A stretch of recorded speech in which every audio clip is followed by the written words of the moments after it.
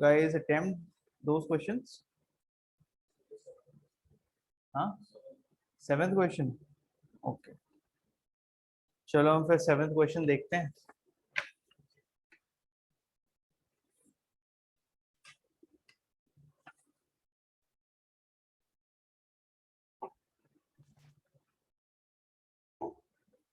Okay, देखो question number 7 क्या बोलता है, let X Y be the volumes. Okay, so ये बोल रहा है कि x और y क्या है, ये वॉल्यूम है।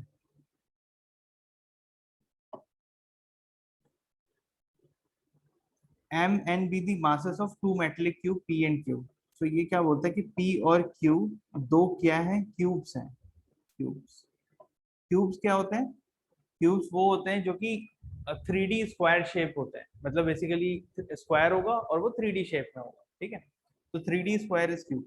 तो बोलते हैं p और q जो है वो these are two cubes and their volume is x and y and their mass is how much?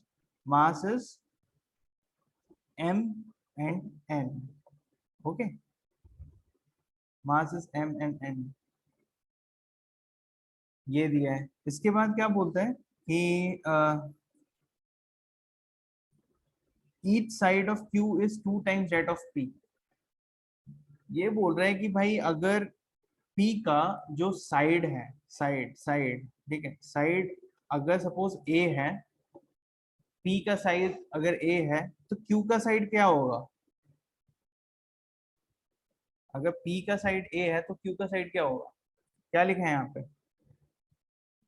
Each side of Q is 2 times that of P, ठीक है।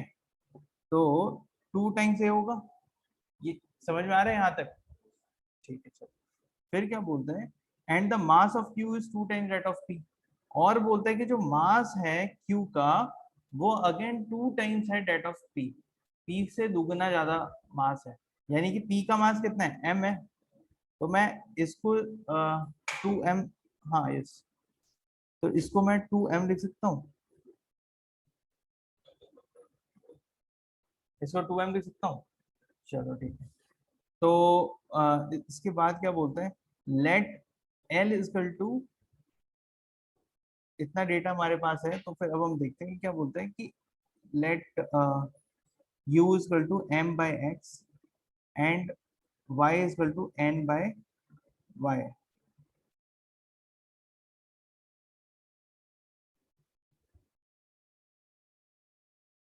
कुछ तो गलत लग रहा है इसमें मेरे को, y is equal to n by y। Let me verify this. I think there is some mistake in this question.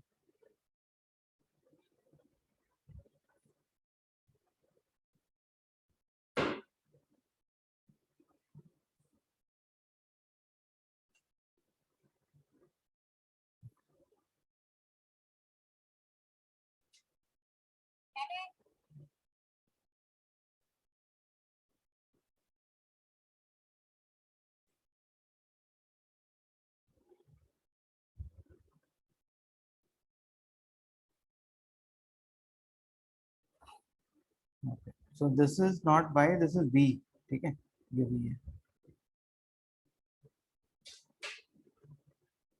इसको आप चेंज कर लेना, ठीक है, इट इज v। तो हमारे पास p q और इन्होंने इतना डेटा हमारे पास है। अब ये क्या बोलते हैं कि विच of the following is correct. अब यहाँ पे स्टेटमेंट्स दिए हैं, इसमें से क्या करेक्ट, क्या करेक्ट है वो बताना है। अगर हम इसको देखें, अगर देखो, अगर मैं पहले u को ले लेता हूँ, u is equal to m by X बोल रहे हैं, ठीक है, तो ठीक है, u is equal to m by X. एक तो ये हो गया, इसमें m जो है वो मास है इसका और x क्या है, वॉल्यूम है, ठीक है, तो ऐसे ही रहने देते हैं। और y को अगर देखें तो y इज इक्वल टू बोलते हैं n बाई, सॉरी ये v है ना, तो मैं इसको भी चेंज कर देता हूँ, this is v। So v is equal to n by y, तो सेम वही लिख देता हूँ यहाँ पे, v is equal to n by y दिया हुआ है, and n is equal to 2m है, तो n is equal to 2m यहाँ लिख देता हूँ। और y देखा जाए तो क्या है, वॉल्यूम है। यानी कि इसको फिर मैं y रहने देता हूँ। ठीक है, अब मुझे एक बार बताओ कि अगर वॉल्यूम इज y, तो वॉल्यूम ऑफ क्यूब क्या होता है?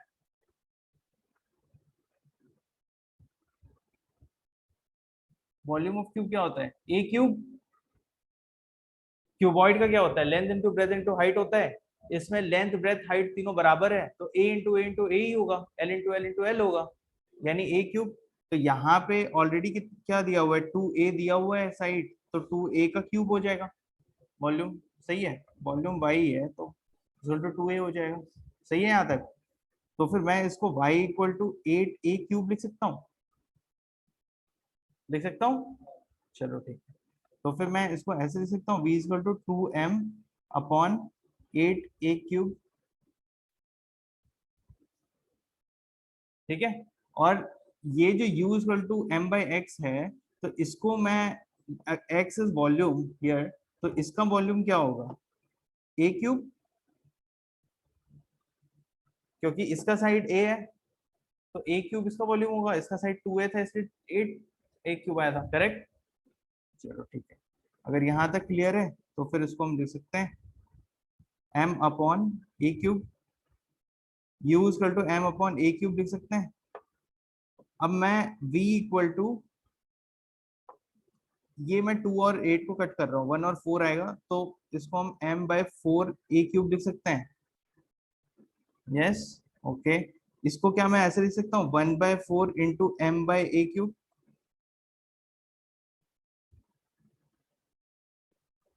लिख सकता हूँ। और m by a cube is equal to क्या है? u है, तो मैं इसको ऐसे लिख सकता हूँ, v equal to 1 by 4 u, लिख सकता हूँ।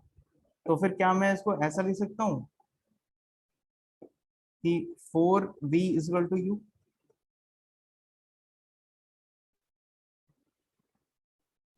और a आंसर आ जाएगा हमारा। कोई शक है क्या इसमें?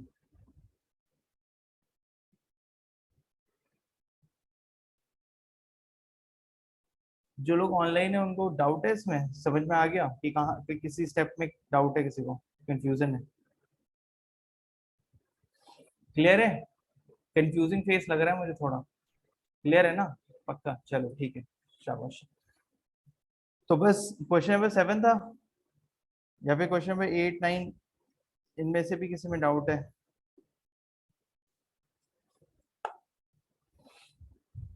क्लियर है? फिर आज के इस पे चले। ओके, चलो फिर हम स्टार्ट करते फिर आज का चैप्टर, विच इज परसेंटेज। देखो ये जो परसेंटेज है ना, ये बहुत आसान टॉपिक है, बहुत आसान। परसेंटेज ऐसा चीज है जिसको कि हम बचपन से निकालते आए हैं, है ना?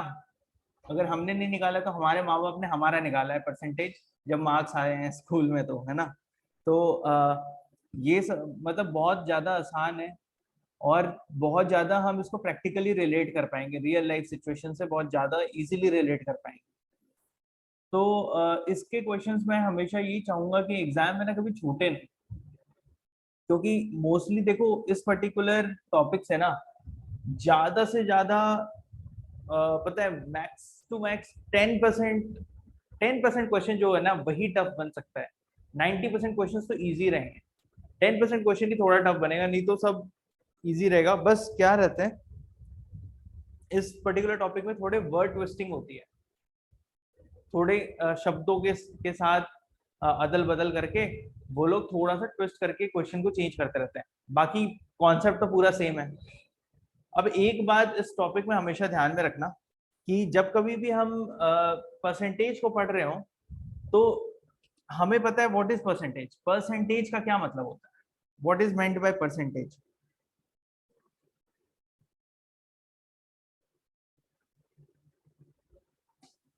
What is meant by percentage? हाँ, तुमने बोला ना upon 100 is percentage, very good. Why? Because the word itself says पर सेंटेज, सेंट इज 100, ठीक है, परसेंट मतलब out of 100। So what ever is the value, for example, अगर अगर मैं अगर तुम मुझे बोलते हो कि सर हमारा एक क्लास टेस्ट हुआ था, उस क्लास टेस्ट, वो जो क्लास टेस्ट था सर वो 25 मार्क्स का था, और जो 25 मार्क्स का क्लास टेस्ट था और मुझे सर उसमें आए 18 मार्क्स, आई गॉट 18 मार्क्स। तो सर मेरा परसेंटेज कितना होगा? मतलब हम इस क्वेश्चन में ये बोल रहे हैं कि सर 18 मार्क्स का तो मेरा पेपर था, टोटल 25 मार्क्स का मतलब पेपर था, मुझे 18 मार्क्स आए, तो ये तो आउट ऑफ 25 आए ना। परसेंटेज का मतलब आउट ऑफ 100 निकाल, आउट ऑफ 100 कितना आएगा? तो आउट ऑफ 100 कितना आएगा? अगर ये 18 है आउट ऑफ 25, तो आउट ऑफ 100 कितना आएगा? आउट ऑफ 100 अगर निकालना होगा तो हम कैसे निकालेंगे इसको? Yes, into 100, very good. तो हम ये बताओ कि चलो तुमने ये तो बोल दिया कि सर हम इनटू 100 कर लेंगे और हमारा इसका आंसर आ जाएगा, सॉरी, ठीक है। तो 18 फोर 72, तो हमारा 72% सर आंसर आ जाएगा, ठीक है।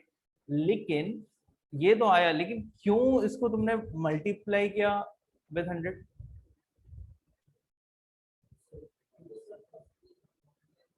हाँ, परसेंटेज का फॉर्मूला ही वही है, ऐसे तुमने बोला, बट ठीक है, परसेंटेज का फॉर्मूला है। 18 आउट ऑफ 25 आया, फॉर्मूला ऐसा क्यों आया? क्योंकि हमने ये बोला कि 18 आउट ऑफ 25 है, तो 100 आउट ऑफ कितना होगा, इस तरीके से हमने किया तो हमारा आंसर है। और इसमें क्या होता है कि हम क्रॉस मल्टीप्लीकेशन करते हैं, 18 multiplied by 100 divided by 25 is equal to X, ऐसे हम सॉल्व करते हैं, इसलिए हमारा इसको 100 से मल्टीप्लाई करते हैं, ठीक है। तो इस तरीके से परसेंटेज निकलता है, यानी कि हम क्या देख रहे हैं, आउट ऑफ 100 कितना है। तो एक एक बात को मैं आपको बोलूंगा कि हर क्वेश्चन में ये मत सोचा कि सर फॉर्मूले में मल्टीप्लाई होता है, नहीं। तुम्हें एक बार ये बेसिक कॉन्सेप्ट क्लियर होना चाहिए कि हम कुछ नहीं कर रहे हैं, हम भैया यहाँ पे ये कह रहे हैं कि ठीक है 18 आउट ऑफ 25 आया, अब आउट ऑफ 100 कितना होगा। अगर आउट ऑफ 100 कितना होगा मेरे को बोला जाए, तो मैं ये समझूंगा कि मैं अगर ऊपर और नीचे दोनों को 4 से मल्टीप्लाई कर दूं, नीचे वाले नंबर को भी 4 से मल्टीप्लाई कर दूं, तो ये आ जाता है 100, तो ऊपर वालों को भी 4 से मल्टीप्लाई कर दूं, ये आएगा 72, तो मेरा ऊपर 72 आ जाएगा, तो 72% समझ रहे हो। तो ये इसका बेसिक है। उसी तरीके से अगर कोई भी क्वेश्चन परसेंटेज में आए, तो हमेशा ध्यान में रखना कि मोस्ट ऑफ द टाइम तुम एज्यूम करो 100, 100 इज अ वैल्यू, क्योंकि क्या रहेगा, ऐसे दिया रहेगा 72% ऑफ दिस, या इंक्रीज बाय 2%, इंक्रीज बाय 20%, तो हमेशा एजम्पशन 100 लेंगे, तो आसानी से ये क्वेश्चन सॉल्व होगा। 100 ले लो, 10 ले लो, इस टाइप का एजम्पशन लेना। चलो ठीक है, एक बार अब हम जो मैंने बात बोली है उसे प्रैक्टिकली समझने के लिए क्वेश्चंस को करना स्टार्ट करते हैं, तो हम धीरे धीरे प्रैक्टिकली समझ भी जाएंगे। चलो फिर, फर्स्ट क्वेश्चन स्क्रीन पे है, आप लोग इसको सॉल्व करो और आंसर बताओ मुझे।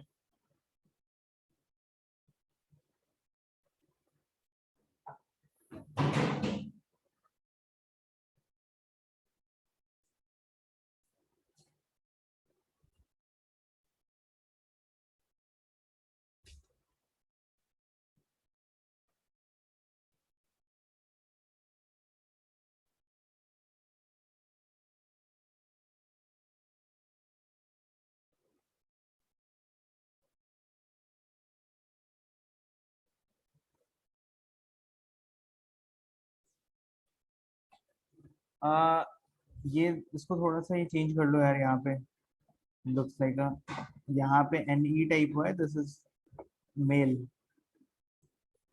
ठीक है। ये क्वेश्चन में थोड़ा सा ये चेंज कर लो, ये मेल लिखा हुआ है, in a group of person 70% of the persons are male and 30% of the persons are married. If 2/7 of males are married, then what fraction of female is single? Okay, ऐसे करके तो ये थोड़ा चेंज कर लेना।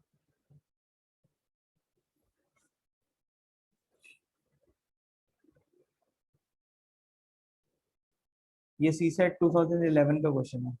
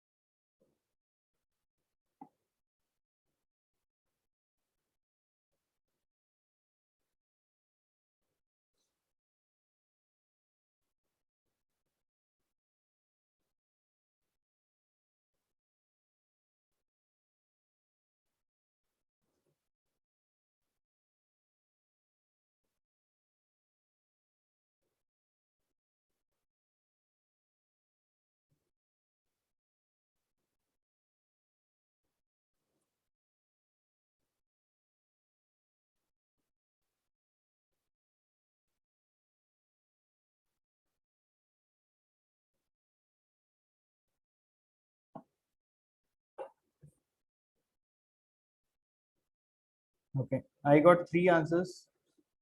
No, I got two answers. One third and two third. एक का answer B आया है, एक आंसर डी आया है। यश, आपने क्वेश्चन नंबर 10 बोला है पिछले क्लास का। एक काम करेंगे, हम इसको ले लेंगे, ठीक है, थोड़ी देर में ले लेंगे इस क्वेश्चन को।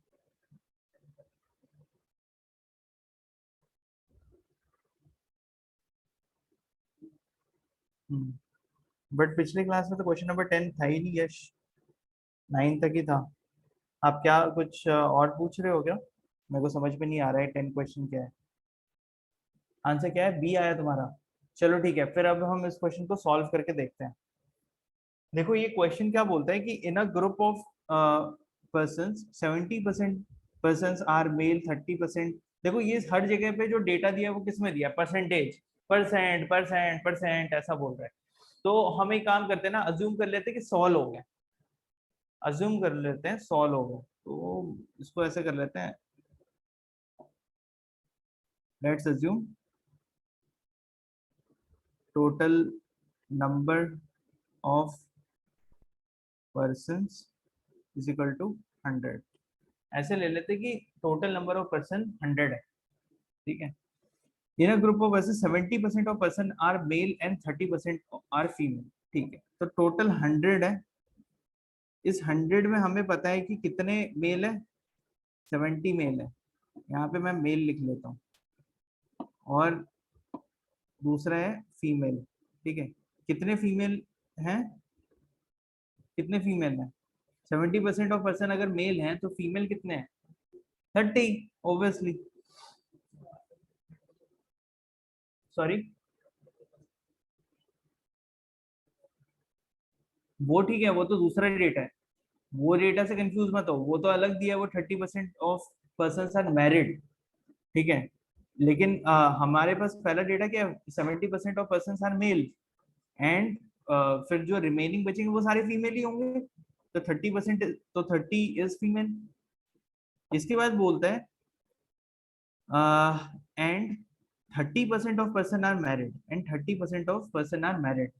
30% लोग मैरिड है इसमें से, मतलब 100 में से 30 लोग मैरिड है। If 2/7 of male are married, ये क्या बोलता है? 2/7 ऑफ मेल्स आर मैरिड, मतलब 2/7 of total male. Total male कितने? 70। 70 मैरिड हैं, यानी कि कितने मैरिड है? 20 मैरिड। समझ गए? तो अगला जो हमारे पास डेटा आता है वो आता है मैरिड का। मैरिड कितने हैं? 20।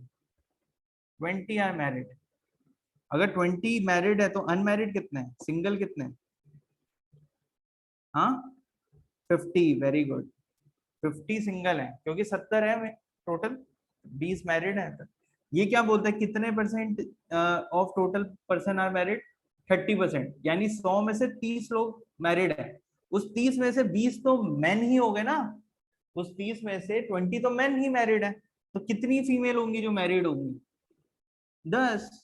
यानी कि अगर हम फीमेल की बात करें यहाँ पे, मैरिड वालों की, तो वो होंगी 10, ठीक है। तो अनमैरिड कितनी होगी, या फिर सिंगल कितनी होगी? सिंगल होगी 20, ठीक है। अब आगे हम देखते हैं, what fraction of females is single. पूछ रहा है कि कितनी फ्रैक्शन सिंगल है। तो हमें दिख ही रहा है 20%, या फिर यहाँ पे फ्रैक्शन बोल रहे हैं ना, फ्रैक्शन। तो 20 आउट ऑफ 30 आर सिंगल, यानी 2/3 आंसर। सही है। सिंपल क्वेश्चन था, लॉजिक लगाना था, अपना दिमाग लगाते रहो बस।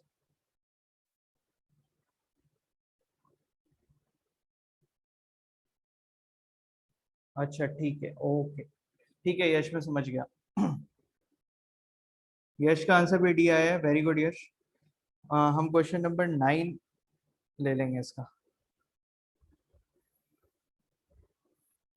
पहले ये वाला क्वेश्चन तुम नोट कर लो, जो भी नोट कर रहे हैं।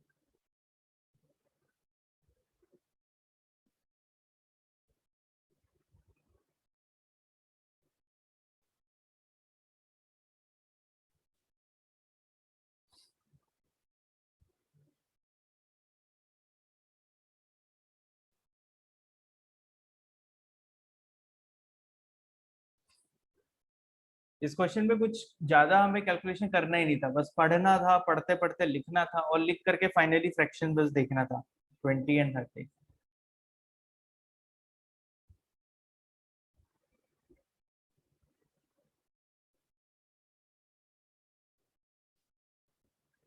ठीक है, चलो फिर अब हम यश का एक डाउट है, वो है क्वेश्चन नंबर 9 जो इसमें दिया हुआ है, जो कि सीक्वेंस रॉन्ग है क्योंकि क्वेश्चन नंबर 7 दो बार लिखा हुआ है। ठीक है, ओके, तो क्वेश्चन नंबर 9 हम लेते हैं। 9 क्या बोलता है, a man walk diagonally across a square lot. बोलता है कि भाई एक स्क्वायर वाला ग्राउंड है, इसमें एक जो मैन है, एक आदमी जो है वो डायगनली चलता है,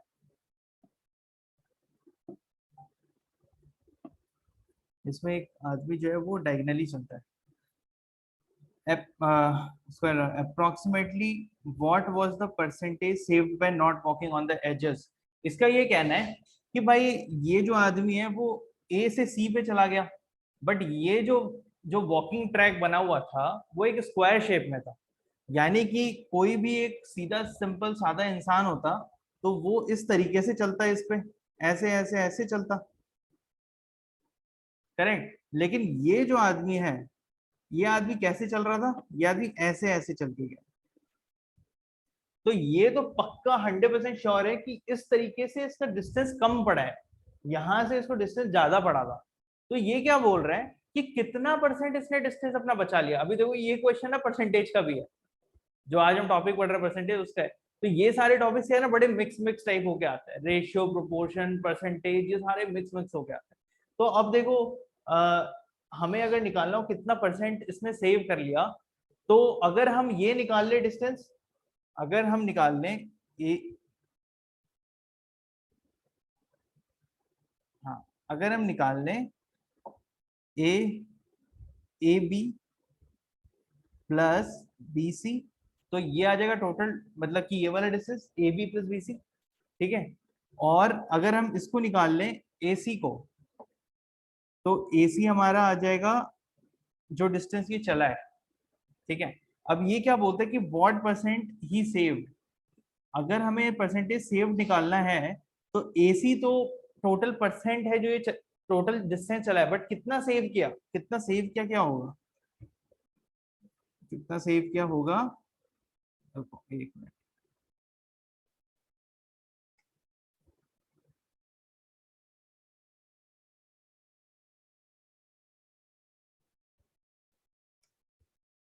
ठीक है, ये होगा तुम्हारा A B plus B C minus A C.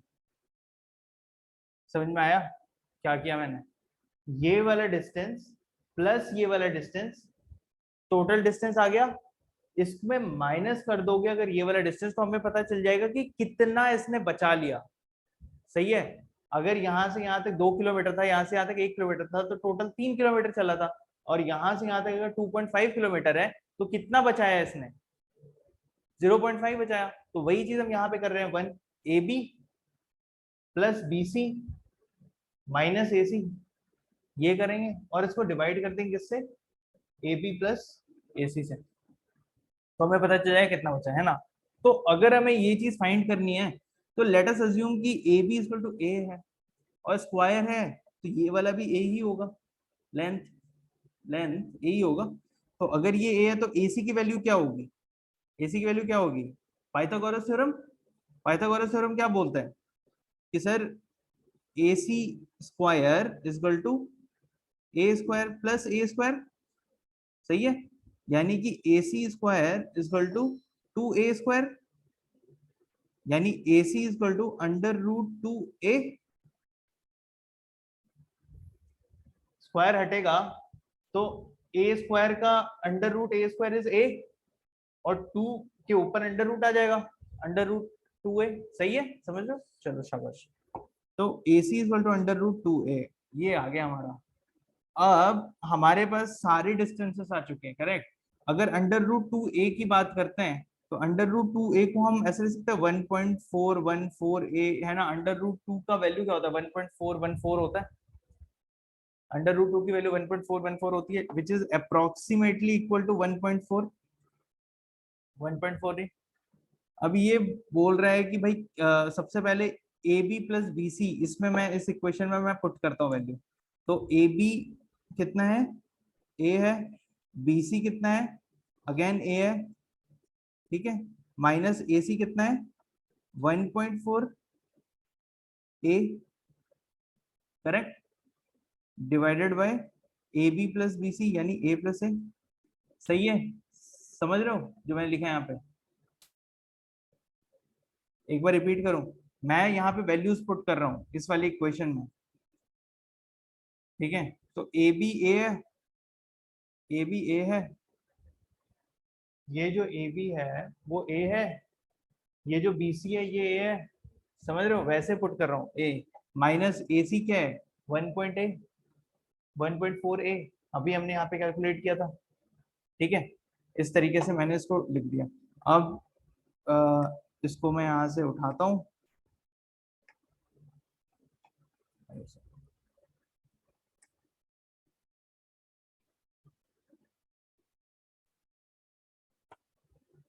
This is equal to 2a minus 1.4a divided by 2a, ऐसा लिख सकता हूँ, which is equal to 0.6a divided by 2a, लिख सकता हूँ। इसको मैं 0.3 लिख सकता हूँ, 0.3 लिख सकता हूँ। अब ये क्या है, 0.3 आउट ऑफ 1, 0.3 आउट ऑफ 1 है, तो आउट ऑफ 100 कितना होगा, मल्टीप्लाइड बाय 100, परसेंटेज निकालना है। 0.3 अगर आउट ऑफ 1 है तो आउट ऑफ 100 कितना होगा, कैसे होगा, 0.3 multiplied by 100 which is equal to 30%। Answer आ गया। क्लियर है यश, कैसे हुआ ये क्वेश्चन?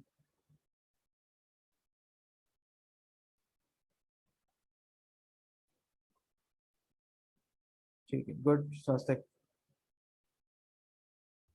अच्छा स्वास्तिक ने बोला कि सर आप फीमेल कैलकुलेशन पार्ट फिर से बता सकते हो क्या? श्योर बताऊंगा। चलो फिर हम परसेंटेज पे जाएं फिर, हो गया ये। देखो फीमेल पार्ट कैसे हमने कैलकुलेट किया, हमने सबसे पहले अज्यूम किया कि टोटल कितने लोग हैं, टोटल 100 मैन है, दिस इज आवर अजम्पशन है ना, let's assume total number of person is 100, तो टोटल 100 लोग हैं। इसमें क्या बोला हमने कि 70% जो ऑफ पीपल हैं वो मेल हैं, तो हमने वो 70 लिख दिया, ठीक है कि 70, तो कोई,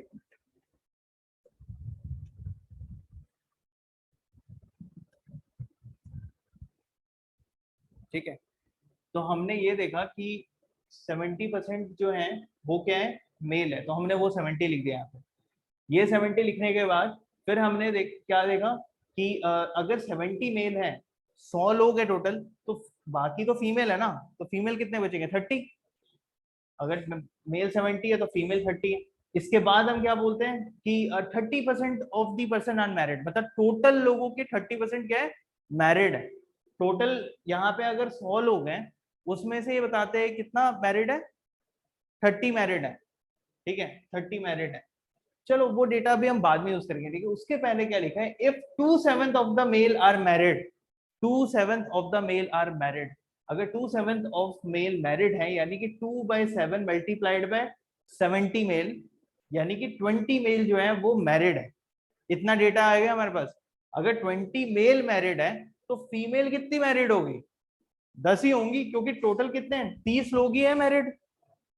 30% of the people are married, मतलब 30 लोग मैरिड है, उसमें से 20 जब मेल है तो 10 ही बचेगी फीमेल जो कि मैरिड है, इसलिए हमने यहाँ पे 10 लिखा। इसके बाद फिर क्या बोलता है, इफ 2/7 ऑफ द मेल, हाँ, what fraction of female is single. अच्छा, तो अगर 20 मेल मैरिड है तो सिंगल कितने होंगे 50, क्योंकि टोटल 70 मेल थे, 20 मैरिड है तो 50 सिंगल है। फीमेल की बात करें, 10 मैरिड हमने निकाल लिया था डेटा पहले ही, तो सिंगल कितने बचेंगे 20, ठीक है। अब बोलते हैं what is the fraction of female is single, तो 20 फीमेल जो है वो सिंगल है और टोटल कितने फीमेल है 30, तो 2/3 आंसर आ गया, ठीक है। इस तरीके से हमने सॉल्व किया। स्वास्थ्य क्लियर है क्या?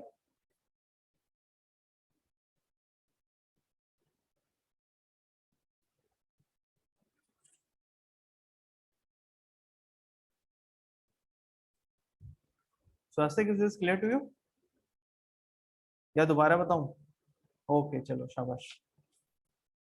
ठीक है, तो अब हम नेक्स्ट क्वेश्चन पे मूव करते हैं। क्वेश्चन नंबर 2 आपके सामने, इस क्वेश्चन को करो।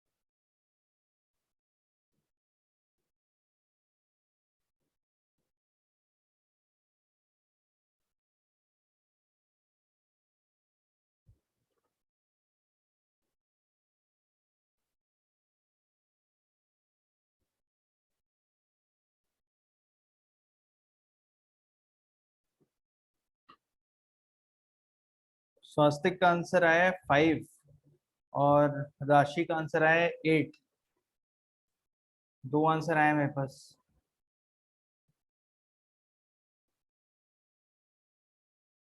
एक मिनट का टाइम और ले लो, उसके बाद फिर मैं सोल्यूशन स्टार्ट करूंगा।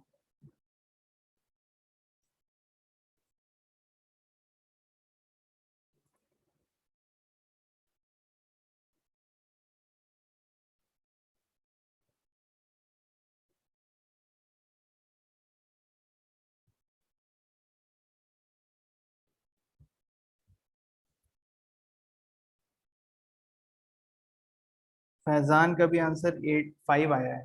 ए।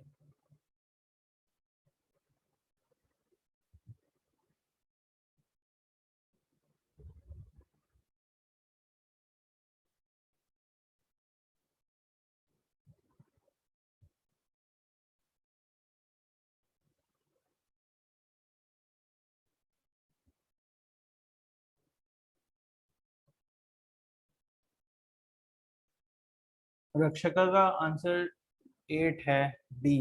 ओके। यश का आंसर 6 है। अच्छा, मतलब लोगों ने आंसर ऐसे किया है, ए भी कर दिया है, सी भी किया है और डी भी किया है। ए ज्यादातर लोगों ने किया है, ठीक है, बचा है बी।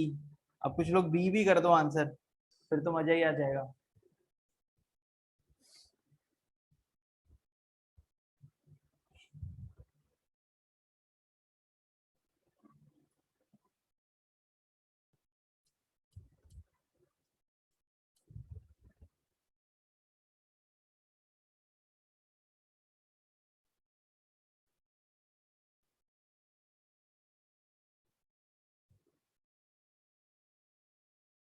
ठीक है, तो हम स्टार्ट करें इसको सॉल्व करना।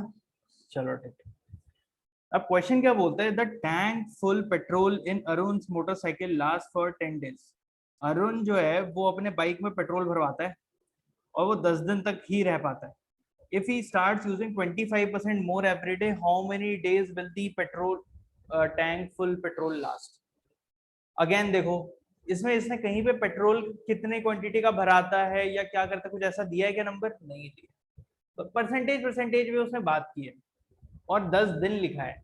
ठीक है, दिन का तो कोई वो नहीं है, लेकिन पेट्रोल से रिलेटेड बस उसने परसेंटेज में लिखा है।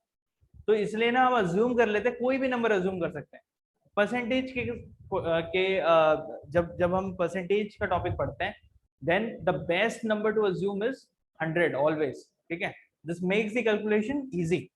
तो यहाँ पे हम पहले तो अज्यूम करेंगे, let us assume total petrol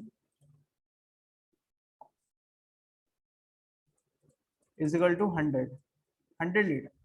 मान लो कि 100 लीटर पेट्रोल जो है वो अरुण अपने बाइक में भरवाता है। अब ये क्या बोलता है कि सर अगर 100 लीटर पेट्रोल वो भरवाता है तो वो कितने दिन तक लास्ट करता है? 10 दिन तक। 10 दिन तक, यानी कि अगर 100 लीटर पेट्रोल वो अपने बाइक में भरवा रहा है और वो 10 दिन तक चल रहा है, यानी कि वो कितना लीटर हर दिन उड़ा रहा है पेट्रोल? 10 लीटर। भाई साहब पेट्रोल पंप खोल लेना चाहिए। 10 लीटर पेट्रोल वो अपने बाइक से उड़ा दे रहा है, ठीक है, हर दिन। हर दिन तो हर दिन 10 लीटर पेट्रोल वो अपने बाइक का उड़ा लेता है। तो ये क्या बोलता है कि if he starts using 25% more every day, अब उसको अभी वो क्या करता है 25% और ज्यादा पेट्रोल यूज करने लगता है।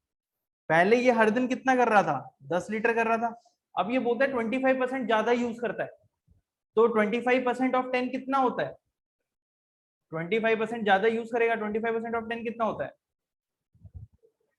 2.5। वेरी गुड, है ना? मतलब सिंपल सा चीज है ना। 25% इज 1/4। 1/4 ऑफ 10 इज, हाँ सॉरी, 10/4। ठीक है, 10/4 विच इज इक्वल टू 2.5। यानी कि वो 2.5 लीटर पेट्रोल अब ज्यादा यूज करेगा। यानी कि अब वो कितना यूज करेगा? नाउ ये अर्लियर है, पहले इतना करता था, अब कितना करेगा? 10 + 2.5 which is equal to 12.5 litre. अब वो 12.5 लीटर यूज करेगा। अब बोलते हैं how many days will the tank full petrol last. ठीक है, तो अब पहले ये जो जो इसका पेट्रोल था वो टोटल कितना था? 100, जिसको कि वो 10 लीटर पर डे यूज करता था तो 10 दिन तक चलता था। अब बोलता है 25% बढ़ा दिया, यानी कि 12.5 लीटर अब पर डे यूज करेगा, तो कितना दिन बचेगा? तो 12.5 को तुम्हें 100, मतलब 100 को 12.5 से डिवाइड करना है, आंसर आ जाएगा। समझ गए? यानी कि मैं इसको ऐसा लिख सकता हूँ 1000 डिवाइडेड बाय 125 लिख सकता हूँ। और मुझे पता है कि 125 मल्टीप्लाइड बाय 8 इक्वल टू 1000 होता है। ठीक है, 125 गुना 8 1000 होता है। ठीक है, तो फिर अब ये कितना दिन यूज कर पाएगा? 8 दिन यूज कर पाएगा, 8 डेज। इस तरीके से आंसर आएगा। इजी क्वेश्चन है, टफ नहीं है बिल्कुल भी।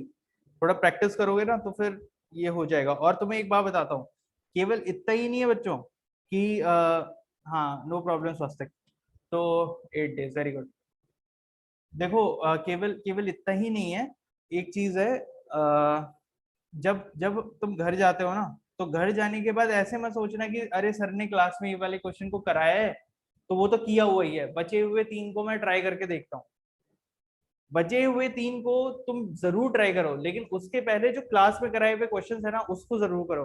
मैं तुम्हें बता रहा हूँ यार, कुछ लोगों को ऐसा भी लगता होगा, 100% में बता रहा हूँ, कुछ लोग को ऐसा भी लगता होगा कि सर हम तो एक दिन में बस 10 क्वेश्चन कर रहे हैं, ठीक है, इससे क्या फायदा है? मैं तुम्हें पहला चीज बताता हूँ, ये जो जितने क्वेश्चन हम कर रहे हैं ना, ये क्वेश्चंस हैं प्रीवियस ईयर, और हर बार कॉन्सेप्ट जो है वो रिपीट होता है वन वे और दी अदर।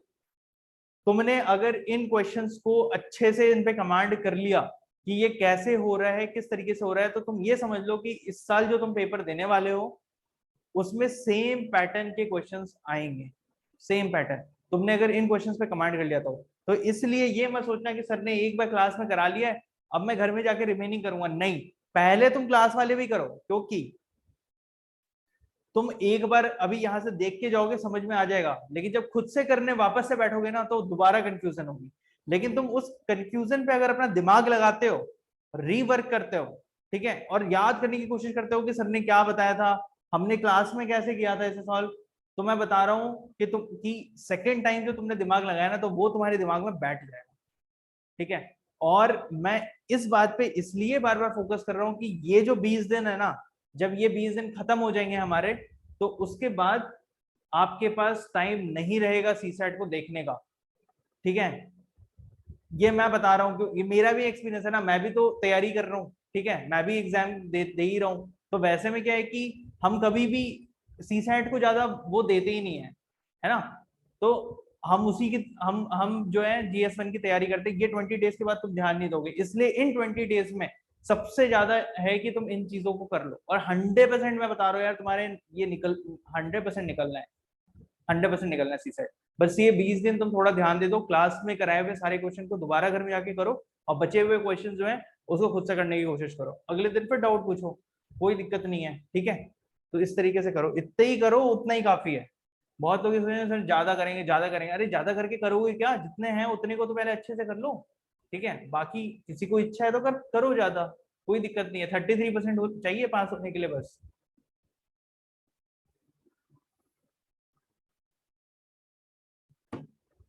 चलो ठीक है, नेक्स्ट क्वेश्चन, क्वेश्चन नंबर 3, इसको सॉल्व करो।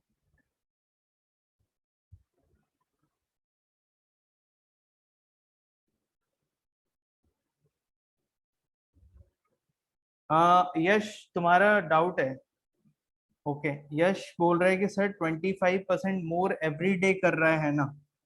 हाँ, 25% मोर एवरी डे कर रहा है, तो इसलिए तो हमने एक दिन का निकाला था ना पहले, कि भाई एक दिन में कितना करेगा, तो पहले ये करता था 10 लीटर एवरी डे,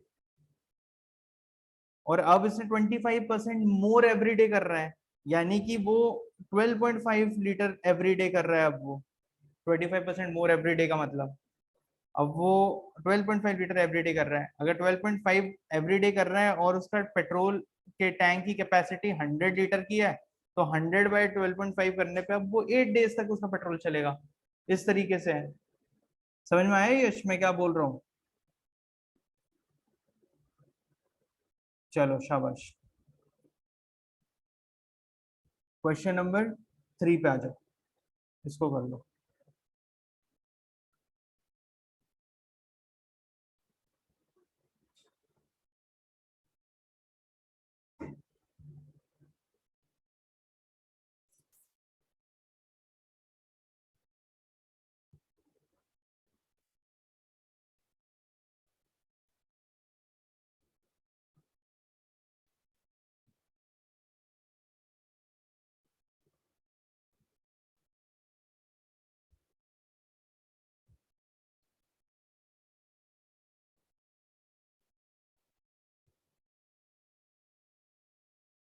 ये परसेंटेज जो टॉपिक है इससे क्वेश्चंस बहुत ज्यादा आते हैं। इस ये टॉपिक पे कमांड करना बहुत ज्यादा इंपॉर्टेंट है, इजी भी है, इससे ज्यादा भी आते हैं। हम इसको 2 दिन करेंगे, आज भी करेंगे और हम कल भी कंटिन्यू करेंगे, ठीक है। 2 दिन परसेंटेज हम करेंगे, तो तुम जाओ घर पे आराम से तैयारी करो, दोबारा से हम इसको कल भी देख कर पूरे दिन करने वाले हैं।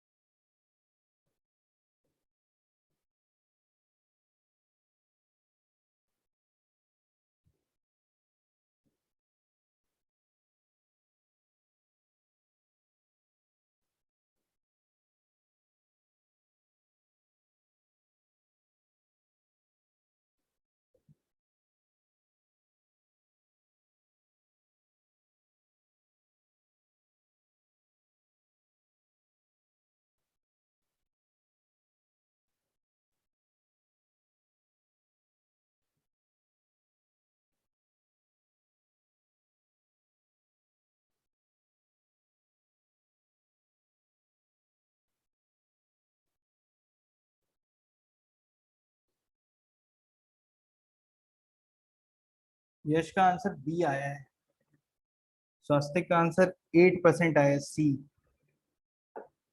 बी और सी, ए और डी का वेट कर रहा हूँ मैं, कोई ए और डी दे दे। अच्छा बी आया है, राशि का भी बी आया है।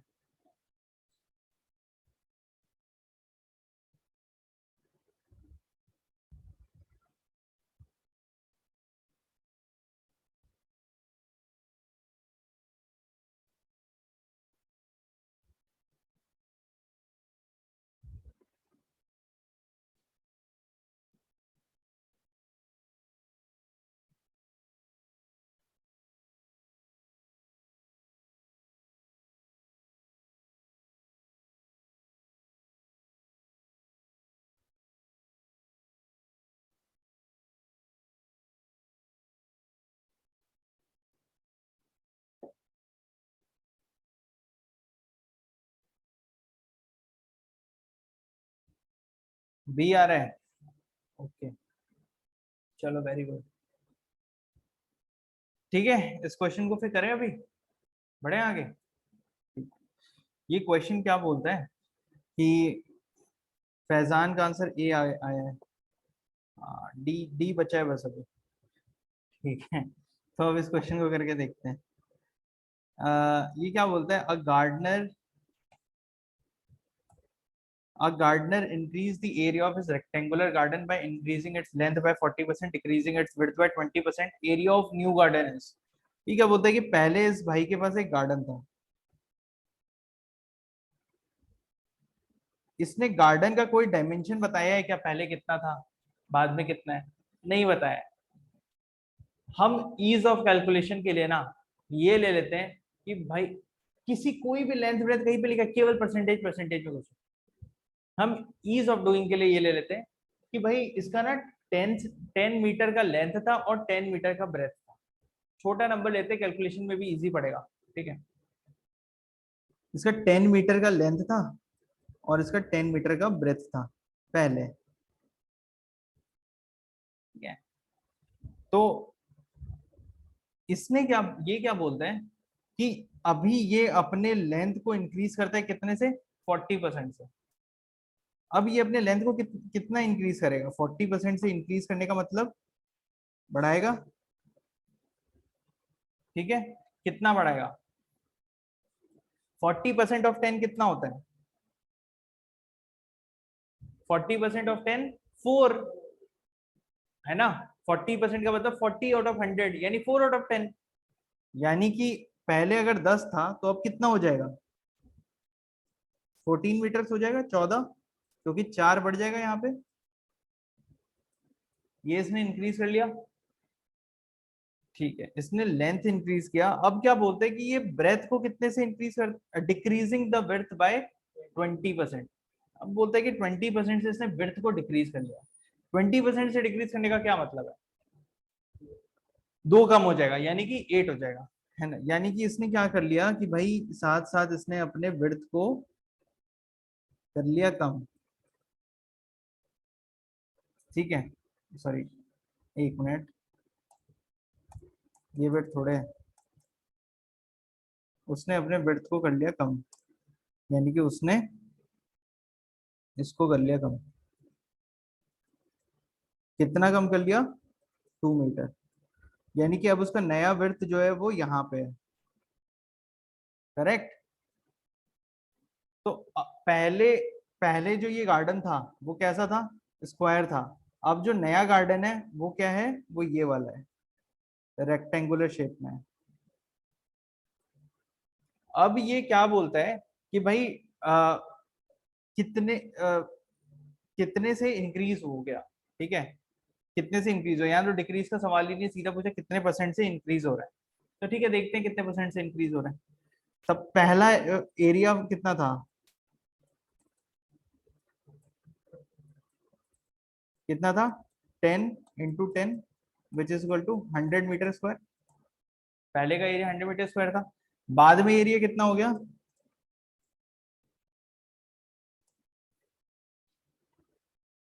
14 मल्टीप्लाइड बाई 8, 14 8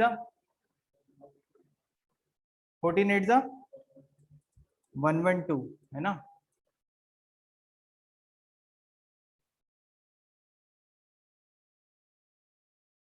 सही है कि हाँ बोल दिया बस, हाँ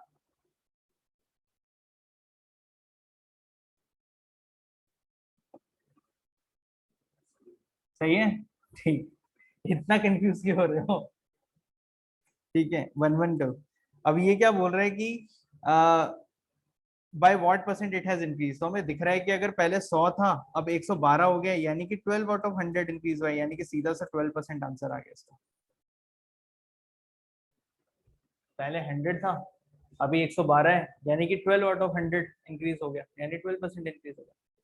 यहाँ तो हमने 10 10 एज्यूम किया तो आंसर भी एकदम से डायरेक्ट आ गया, कैलकुलेशन ही कुछ नहीं करना पड़ा, दिख ही रहा है 100 112, यानी कि कितना 12 बढ़ा है, यानी 12% बढ़ा है। ठीक है।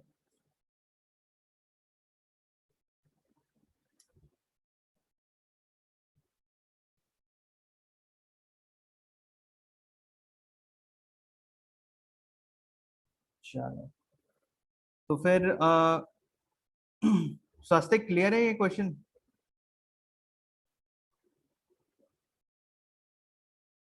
फैजान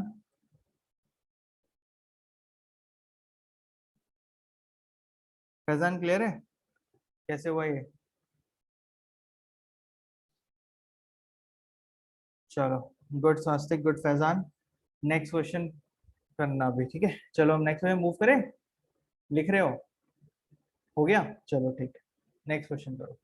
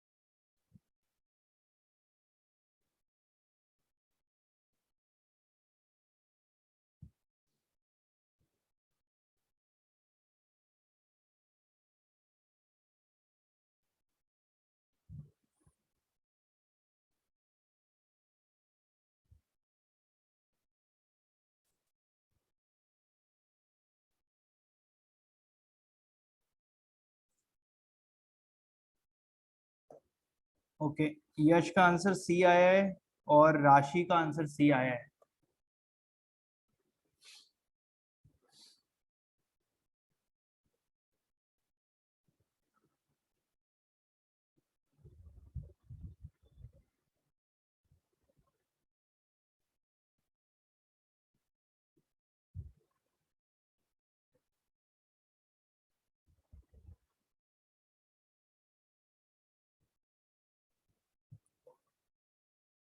अच्छा, एक बात मुझे याद आई कि चलो ठीक है, पहले ये कर लो फिर डिस्कस करेंगे। अंकिता का भी आंसर सी आया है, ठीक है। I will give you last 1 minute. Faizan का भी आंसर सी आ गया, ठीक है। 30 सेकेंड्स और दूंगा, तुम लोग अपना कर लो एक बार, ठीक है? 30 सेकेंड्स के बाद फिर मैं स्टार्ट करूंगा सोल्यूशन। 30 सेकेंड्स मोर।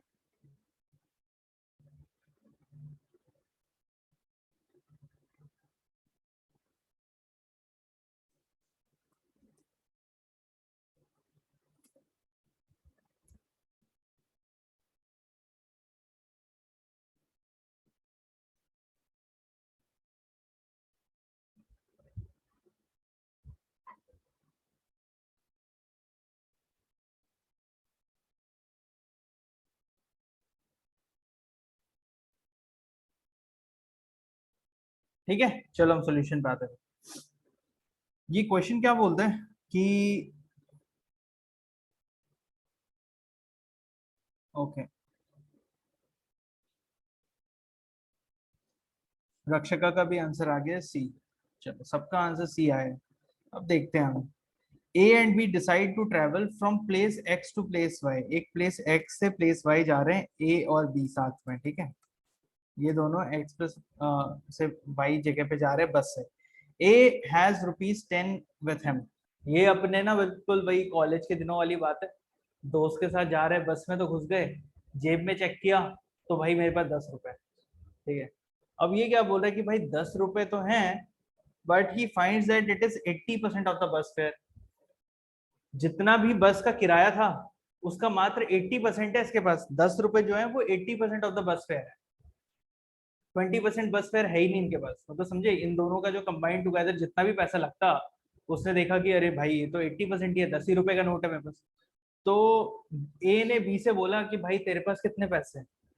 तो बी ने अपना जेब में खंगाला और उसको मिला कि भाई B finds that yes 3 rupees, 3 रुपए निकल गए। उसने 3 रुपए उसको दिए, अब इनके पास हो गए कितने, 13 रुपए। अगर 13 रुपए हो गए, इन this context which of the following statement is correct. अब बोल रहा है कि अब ये बताओ कि कौन सा स्टेटमेंट सही है। तो पहले ए के पास कितने रुपए थे, 10 रुपए, ठीक है। जब बी ने ए को पैसे दिए तो टोटल पैसे इसके पास कितने हो गए, 13 रुपए। अब ये क्या बोलते हैं, जो 10 रुपए थे, ये जो 10 रुपए थे वो क्या था, टोटल फेयर। जो मैं 10/t ले लेता हूं, मतलब टोटल फेयर अगर टी है और इसके पास 10 रुपए थे, तो ये 10 रुपए कितने कितना था, 80% था टोटल इसका, है ना। यानी कि अगर यहाँ पे देखें, मान लो कि 100 रुपए टोटल फेयर होता, तो इनके जेब में कितने थे, 80% थे ना, 80 रुपए थे। अगर 100 रुपए होता तो 80 रुपए थे। लेकिन यहाँ पे ये क्या बोलते हैं कि जेब में 10 रुपए थे, तो टोटल कितना था, ऐसा क्वेश्चन है। समझ में आया मैं क्या बता रहा हूँ। अगर सपोज टोटल 100 होता, अज्यूम कर लेते कि टोटल 100 रुपए होता, तो इनके जेब में कितने थे, 80% था। वही उसने बोला है। और ये 80% किसके बराबर था, 10 रुपए के बराबर था। तो ये बोल रहा है कि टोटल फेयर कितना होगा बताओ। तो ये सिंपल रेशियो प्रोपोर्शन या फिर इस टाइप वाला क्वेश्चन है, ऐसे कर लो, ठीक है। तो इसको क्रॉस मल्टीप्लाई करते हैं हम, इक्वल टू के साइड रहता है तो, यानी कि कितना हो जाएगा, 80t इज इक्वल टू 1000, ये डिवाइड हुआ, t is equal to 100/8, 100/8 is equal to कितना होता है, 12.5,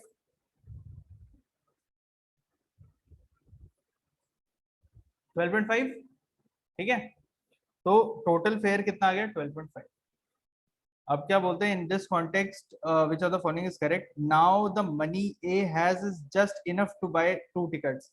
now the money A has is just enough to buy 2 tickets का मतलब, अभी uh, इसको टोटल कितना चाहिए, 2.5 टोटल फेयर है। अब इस है कितना इसके पास, 13 रुपए। तो क्या ये जस्ट इनफ है, नहीं। जस्ट इनफ तब होता है जब इसके पास एग्जैक्टली 2.5 होते, तो बोलते अरे भाई हो गया, अपने पास हो गया, ठीक है। लेकिन इसके पास 50 पैसे ज्यादा बच रहे हैं अभी भी, ठीक है। सेकंड क्या बोलते हैं, अगर तुम्हें फर्स्ट स्टेट में कंफ्यूजिंग लगे ऐसे में कि भाई जस्ट इनफ, हाँ सही है यार, 50 पैसे ही तो है, ऐसे दिमाग में आ सकती है बात, ठीक है। 13 रुपए और 50 पैसे की तो बात हो रही है, हाँ तो जस्ट इनफ है, ऐसा कुछ अगर दिमाग में आ रहा है तो होल्ड करेंगे हम। प्रीलिम्स में कोई भी क्वेश्चन हो, केवल नॉट ओनली फॉर दिस, हम अगर कोई भी GS1 का भी क्वेश्चन कर रहे होते हैं, तो अगर किसी भी क्वेश्चन में किसी ऑप्शन में हमें डाउट हो तो एकदम से एलिमिनेट मत करो उसको, रखो और अगले ऑप्शन को पढ़ते हैं, है ना, ऐसे ही करते हैं, वैसे ही इसमें भी करना है।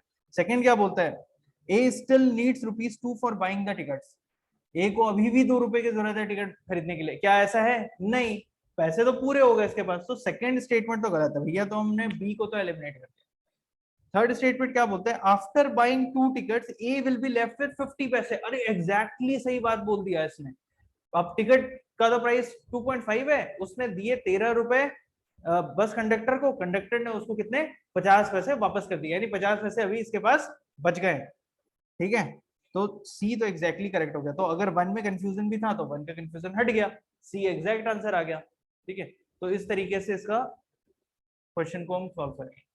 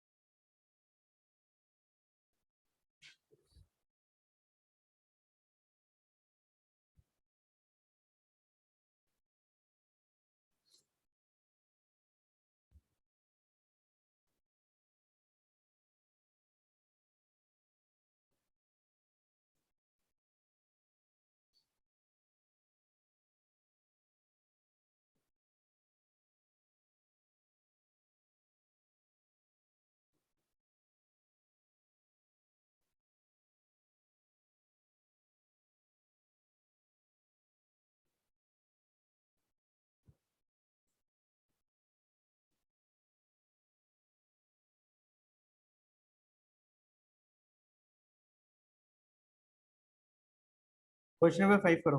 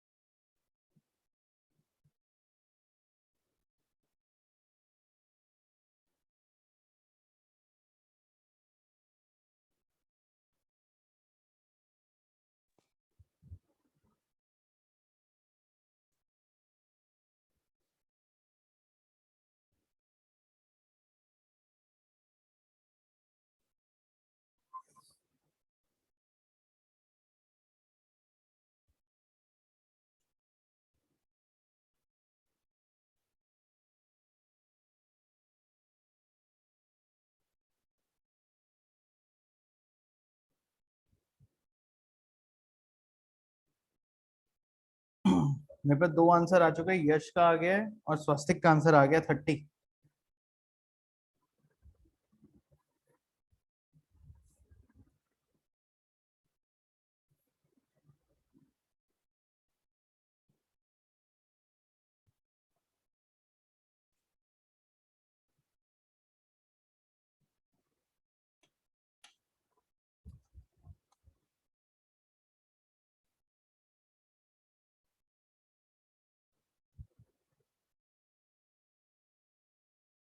राधिका का भी आंसर 30 आ गया।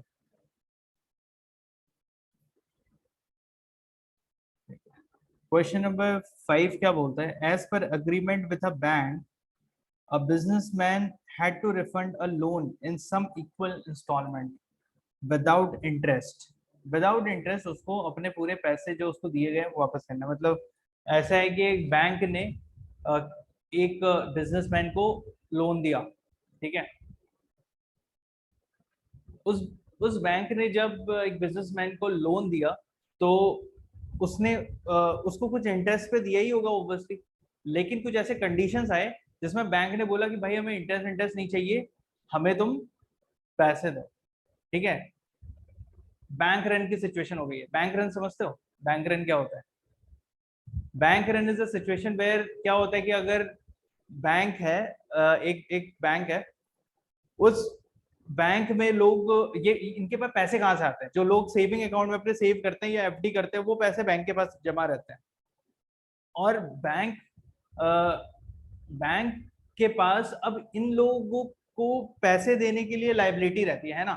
जिसको कि हम एनडीटीएल बोलते हैं, मतलब net demand and time liability, ठीक है, इकोनॉमिक्स में होगा ना एनडीटीएल, तो वो net demand and time liability रहती है। इसमें मतलब टाइम लाइबिलिटी होती है और डिमांड लाइबिलिटी। टाइम लाइबिलिटी का मतलब एफडी जो होती है हमारी, और डिमांड लाइबिलिटी मतलब जो सेविंग अकाउंट में पैसा होता है कि लोग गए एटीएम से पैसे निकाल लिए, या टाइम लाइबिलिटी का मतलब वो एफडी में जमा है पैसे, ठीक है, तो वो पैसे रहते हैं। लेकिन तो लोग कभी भी आकर के अपने एफडीज ब्रेक कर सकते हैं, कभी भी जितने भी पैसे उनके वो अकाउंट से निकाल सकते हैं। अब सपोज कर लो कि ऐसा कोई सिचुएशन आता है जिसमें अचानक से एक अफवाह फैल जाती है कि यार ये जो बैंक है ये अभी डूबने वाला है, खत्म होने वाला है, तो चलते हम पैसे निकाल लेते हैं। अब सब लोग जब उस बैंक में जाने लगेंगे पैसे निकालने के लिए कि भाई हमें हमारा पैसा वापस करो, क्या बैंक उनको पूरे पैसे वापस दे पाएगा? नहीं, क्योंकि उसने क्या किया होगा, लोगों को लोन दे के रखा होगा। अब वैसे में वो उन लोगों से लोन वापस मांगेगा, है ना। तो ऐसा सिचुएशन पहले हुआ है। इसी सिचुएशन को अवॉइड करने के लिए आरबीआई ने सीआरआर, एसएलआर ये चीजें लेकर के आए हैं ना। तो अगर हम इस सिचुएशन की बात करें कि यहाँ पे ऐसे ही कुछ सिचुएशन हो जाता है और जिस बिजनेसमैन को इन्होंने लोन दिया हुआ है उसको बोलते हैं कि भाई तू ना जो जो तूने लोन, तुझे लोन मिला है वो पूरा पैसा हमें वापस कर दे, ठीक है, और इंटरेस्ट इंटरेस्ट छोड़ दे, वापस कर दे। भाई लोग आ रहे हैं पैसे मांगने के लिए, हमें उनको पहले रिटर्न करना है। तो सेम सिचुएशन है यहाँ पे। अब ये क्या बोलता है, businessman had to refund a loan some instalment without interest after paying 18 instalment. ये बोलता है अगर 18 इंस्टॉलमेंट देता है तो उसको पता चलता है कि यार मैंने 60% जो है वो रिटर्न कर दिया है। तो ये बोलता है कि इसको कितने इंस्टॉलमेंट्स लगेंगे पूरे पैसे देने के लिए। सिंपल क्वेश्चन है, 18 इंस्टॉलमेंट में ये 60% दे रहा है, तो 100% पैसा कितने इंस्टॉलमेंट में देगा? 100 out of 60 multiplied by 18। Simple. अगर 18 बाय टोटल, यहाँ पे टोटल कितना है 100 और ये कितना है 60, यानी 60 जो है वो 18 के बराबर है, तो टोटल कितने के बराबर? समझ रहे हो? समझ रहे हो मैं क्या बता रहा हूँ? यस। तो इसको हम क्रॉस मल्टीप्लाई करेंगे जैसे पिछले क्वेश्चन किया था, उसी तरीके से ये आ जाएगा तुम्हारा 6 3 जा 18, 3 इंटू 10 इज 30। तो 30 इंस्टॉलमेंट में वो पूरे पैसे अपने वापस कर देगा। I hope this is clear to you. हमने थोड़ा इकोनॉमी भी डिस्कस कर लिया।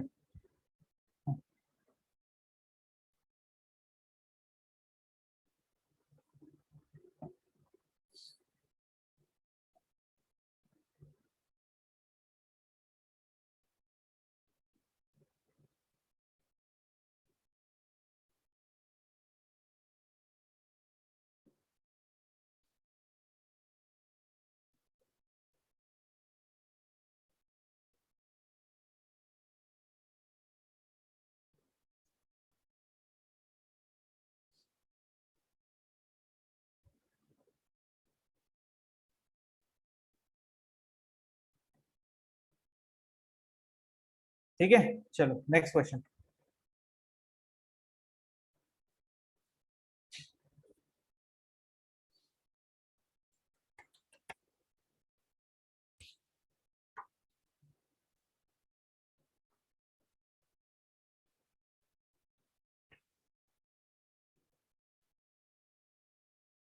क्वेश्चन नंबर 6 करो।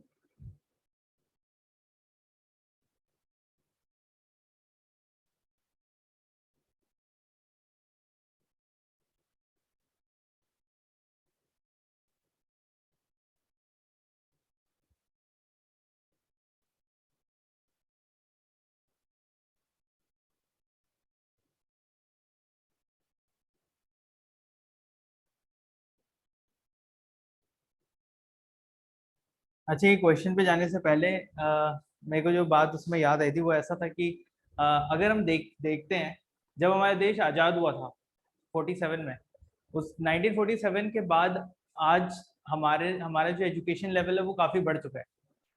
लोग ज़्यादा एजुकेटेड है, लगभग अब तो ऐसा है कि हर घर में तुम्हें एजुकेटेड लोग मिल ही जाते हैं, है ना। ऑलरेडी मतलब हम we are close to 80% literacy. और अब ये चीज़ क्यों पॉसिबल हुआ है पता है तुम्हें? वो इसलिए पॉसिबल हुआ है, पहले तुम सुनते थे कि ऐसे बोलते थे कि अगर एक महिला ने पढ़ाई कर ली तो वो ज्यादा लोगों को सब मतलब वो करती है। उसका रीजन क्या है कि अगर अगर एक जो वुमेन है वो अगर पढ़े और पढ़ने के बाद अगर वो घर का भी काम करती है तो भी उसके अगर 2 बच्चे हैं तो वो उन 2 बच्चों को पढ़ाती है। ठीक है, मान लो कि मैन जो है वो बाहर जा रहा है, जॉब करके आ रहा है, उसके बाद टाइम नहीं है सपोज, तो उस केस में एक फीमेल का पढ़ा होना वो डबल करता है। और चीजों में ऐसी होती है कि जब एजुकेशन मतलब बढ़ता जाता है तो लोग आगे आगे आगे आगे बढ़ा बताते रहते हैं और जो है वो ये एजुकेशन समाज में फैलता रहता है। आज हमें ये चीज दिखता है कि ये चीज है, लेकिन तुम सोचो कि जो ब्रिटिश है, जब ब्रिटिश थे यहाँ पे, तो उस समय सबसे पहली पॉलिसी कब आई थी एजुकेशन से रिलेटेड? हाँ, 1 लाख रुपीज दिया गया था। कब दिया गया था? 1813 में दिया गया था, है ना, 1813 के रेगुलेटिंग एक्ट में। हाँ हाँ, तो उस समय पे चार्टर एक्ट में दिया गया था 1813 में कि 1 लाख रुपए दिए गए। और उसमें क्या बताया गया था? यही बताया गया था कि जो मतलब एजुकेटेड या पढ़े लिखे लैंडलॉर्ड्स हैं या समथिंग, वो धीरे धीरे अपने नीचे वालों को बताना उनकी रिस्पॉन्सिबिलिटी है। जिसको कि क्रिटिसाइज करके बाद में बोला गया कि नहीं नहीं ये फर्जीवाड़ा चीज है। एक्चुअली बात सही थी, ऐसा नहीं है कि दिमाग नहीं लगाया गया था, बात सही थी कि वो टिकल डाउन इफेक्ट रहता है कि समाज में एक दूसरे को बताता है, दूसरा तीसरा ऐसे ऐसे आगे आगे बढ़ता है। लेकिन हमारा 1813 से लेकर के 1853 में वुड्स डिस्पैच आता है। ठीक है, वुड्स डिस्पैच। अब वुड्स डिस्पैच और 1813 और वुड्स डिस्पैच के बीच में क्या होता है कि सोशियो इकोनॉमिक रिफॉर्म चल रहे होते हैं उस टाइम पे, राजा राम मोहन रॉय वगैरह वाला टाइम है। तो हमें ये समझ में आता है कि यार जो यहाँ पे तो प्रॉब्लम कास्ट सिस्टम का भी है। जो लोअर कास्ट के उनको तो पढ़ने का मौका ही नहीं दिया जा रहा है, जो ब्राह्मण सब वो अलाउ नहीं कर रहे। इस टाइप का सिचुएशन था उस समय हमारे समाज में, वुमेन्स को एजुकेट नहीं किया जा रहा था। तो इन चीजों को फिर समझ में आया कि अरे ये 1 लाख रुपए दे करके फायदा नहीं है, हमें कुछ अलग कानून लेके आना पड़ेगा। वुड्स डिस्पैच एक अच्छा खासा एकदम से आया था। ठीक है, तो वैसे ही मतलब वो थोड़ा ध्यान आ रहा था, तो चलो डिस्कस करते हैं। चलो ठीक है, इस क्वेश्चन को करो।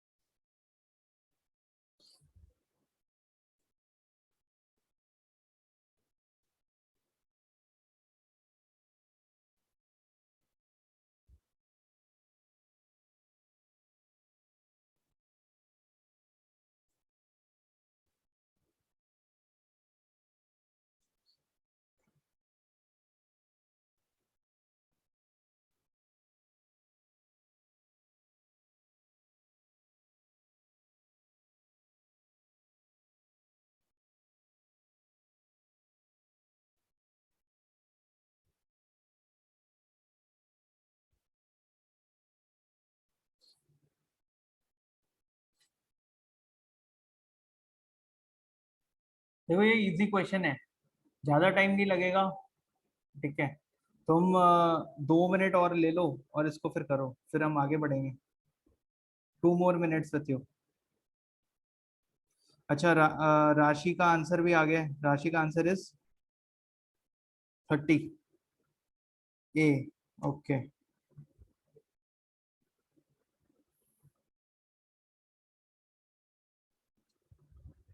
यश का भी आंसर ए है। वेरी गुड यश।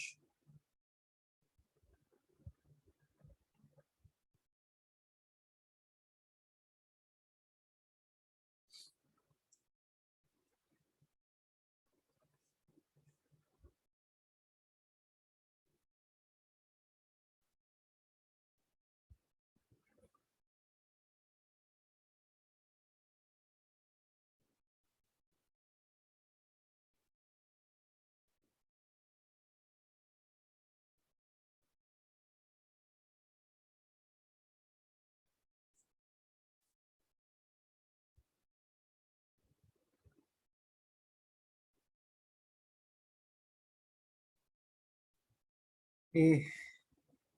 ओके, स्वास्तिक का भी आंसर ये है। चलो ठीक है, फिर हम इस क्वेश्चन को करें, सॉल्व करें कि करना है अभी थोड़ी देर, स्टार्ट करें।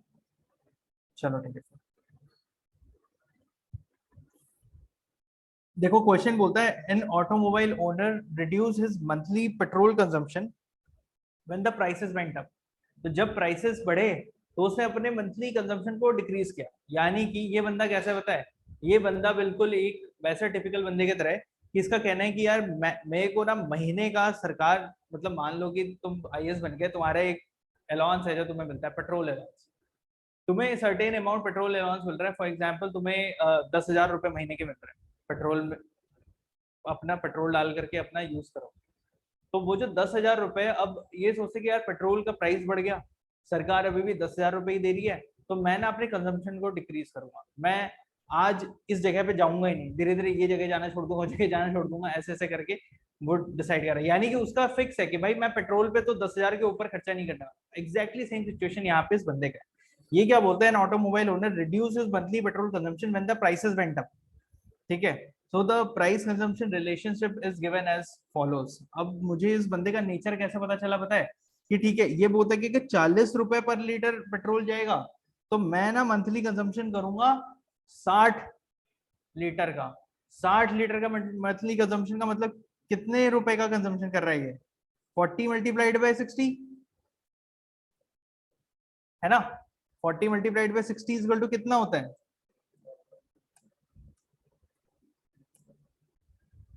2000, अरे यार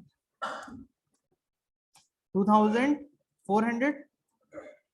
उसी तरीके से 50 × 48 कितना होता है, 2400। उसी तरीके से 60 × 40 भी देखो 2400। मतलब ये बंदे ने अपने दिमाग में बैठा लिया है कि 2400 से ज्यादा मैं पैसा खर्चा नहीं करूंगा। उस हिसाब से इसका पूरा पैटर्न चल रहा है यहाँ पे। ये भी देखो 75 × 32, ये भी करोगे तो 2400 आएगा। पूरे दिमाग में सेट है कि यही मेरा पैटर्न रहेगा, 2400 रुपए के ऊपर मैं खर्चा करूंगा ही नहीं।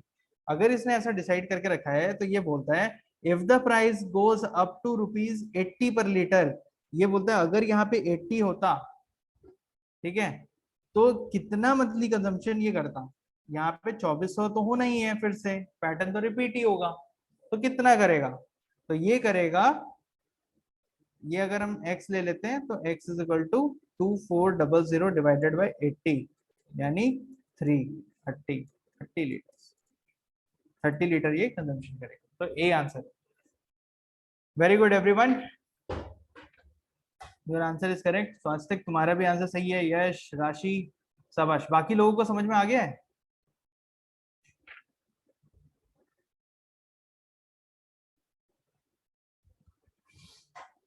क्लियर है सबको।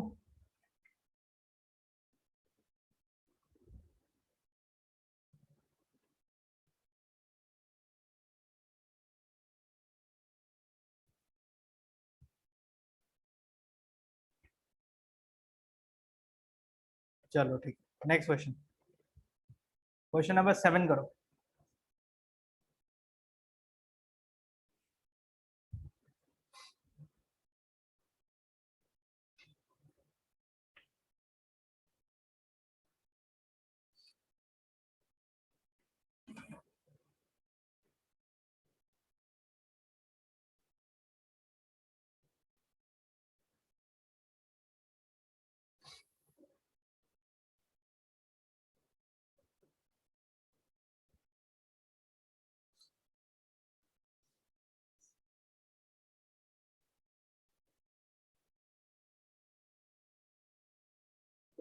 हम्म,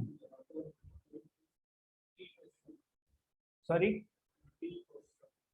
अच्छा, एक minute. In a test, a candidate attempted only 8 questions and secured 50% in each.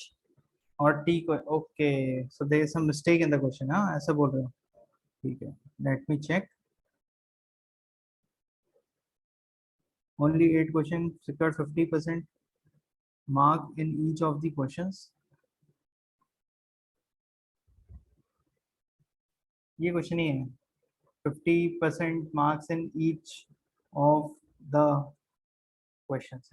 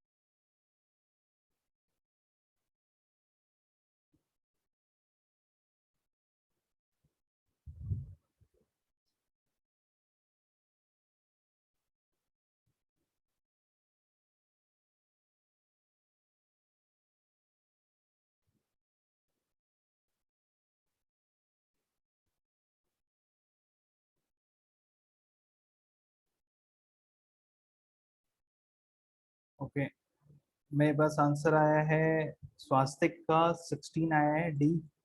फिर मेरे पास आंसर आया यश का, यश बोलता है डी। फिर मेरे पास आंसर आया राशि का, राशि भी बोलती है बी। एंड फैजान का आंसर आया, फैजान भी बोलते हैं बी। तो हम इस क्वेश्चन को सॉल्व करेंगे, फिर देखेंगे क्या आंसर है। बट कर रहे हो सॉल्व, ठीक है। तो फिर एक काम करो कि 30 सेकेंड्स और ले लो, ठीक है, और जल्दी जल्दी खत्म करके देखो हो रहा है कि नहीं। स्वास्तिक ने आंसर चेंज करके भी बोला है बी, मतलब सबका आंसर बी आ रहा है। ठीक है, करें सॉल्व, करें, स्टार्ट करें, चलो ठीक है। क्वेश्चन क्या बोलता है कि इन अ टेस्ट, एक टेस्ट में एक कैंडिडेट ने केवल 8 क्वेश्चन अटेम्प्ट किए। 8 क्वेश्चन, कितने क्वेश्चन है हमें कुछ पता नहीं है, बस ये बोला है कि एक बच्चा आ रहा है अपने घर पे बता रहा है मम्मी मैंने ना 8 क्वेश्चन किए हैं बस। And secured 50% mark in each of the question, और हर सवाल में उसको 50% मार्क मिले हैं। मतलब किस तरीके का बच्चा है, मतलब समझ आ रहा है जो भी है, मतलब लेकिन यूपीएससी क्लियर कर लेगा, क्योंकि यूपीएससी को क्लियर करने के लिए 50% ही चाहिए। तो यूपीएससी लेवल का है, देखो 50%। तो in a test a candidate attempted only 8 questions and secured 50% marks। एक काम करते हैं ना कि हम ऐसे अज्यूम कर लेते हैं कि हर क्वेश्चन 10 मार्क का था। लेट अस अज्यूम कि टोटल मार्क पर क्वेश्चन 10 था। हमने अज्यूम किया, क्या अज्यूम किया, अज्यूम किया कि वन क्वेश्चन जो है वो 10 मार्क का है, वन क्वेश्चन 10 मार्क्स का है। अब ये 8 क्वेश्चन करके आया है और हर एक में 50% स्कोर करके आया है, यानी कि 8 क्वेश्चन मल्टीप्लाइड बाय 50% ऑफ 10 कितना होता है 5, यानी वो 5 मार्क उस हर क्वेश्चन में उसको मिले हैं। यानी टोटल कितने नंबर लेके आया वो पेपर में, 40 मार्क्स लेके आ गया वो, 40 नंबर लेके आया। अब क्या बोलता है कि if you obtained a total 40% in the test, 40 नंबर जो है वो किसके बराबर है, 40% के बराबर, क्योंकि 40, वो घर में आके अपनी मम्मी को बोल रहा है मेरे को 40% मार्क आए हैं। ठीक है, उसकी मम्मी जब कैलकुलेट कर रही है, अभी कुछ भी नहीं पता है, हम अज्यूम करते हैं कि 10-10 नंबर का एक क्वेश्चन था। हमने ये देखा कि भाई अगर 10 नंबर का है 50-50% लेके आया, यानी कि वो टोटल 40 मार्क लेके आया होगा। और अब हमारे पास एक इंफॉर्मेशन है, वो इंफॉर्मेशन क्या है, वो इंफॉर्मेशन ये है कि भाई जो 40 मार्क्स है ना, ये बराबर है 40% के। यानी कि टोटल पेपर कितने मार्क्स का होगा, 100% पेपर कितने मार्क्स का होगा, 100 मार्क्स का होगा।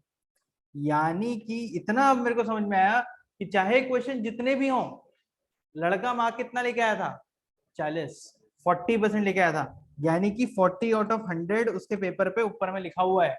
ये बोलता है कि भाई मैं 8 क्वेश्चन करके आया हूं और हर क्वेश्चन में मेरे को 5-5 मार्क मिले हैं, है ना, इस सही से।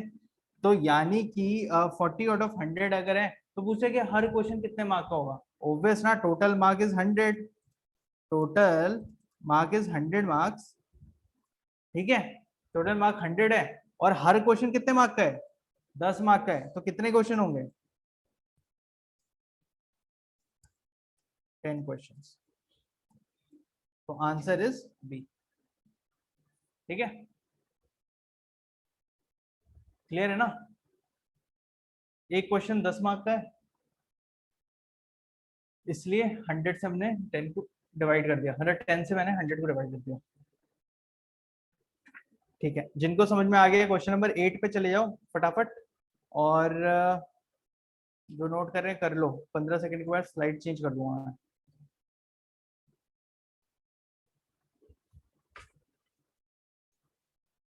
नेक्स्ट क्वेश्चन क्या है,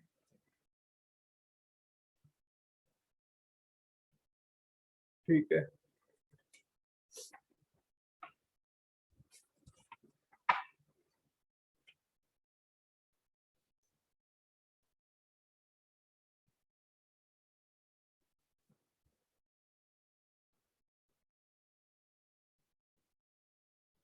this is the next question on your screen, लिख रहे थे क्या, हो गया, ठीक है, नेक्स्ट क्वेश्चन करो।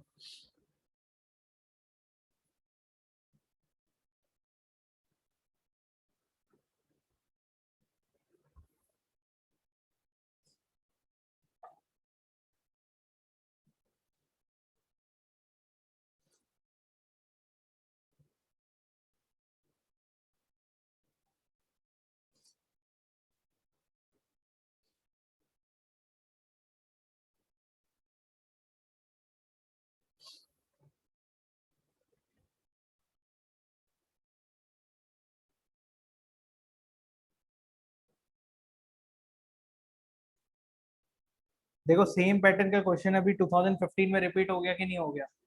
यही मैं बोलता हूँ कि यूपीएससी में यही है कि यार इसमें ना रिपीटेशन अच्छा खासा है।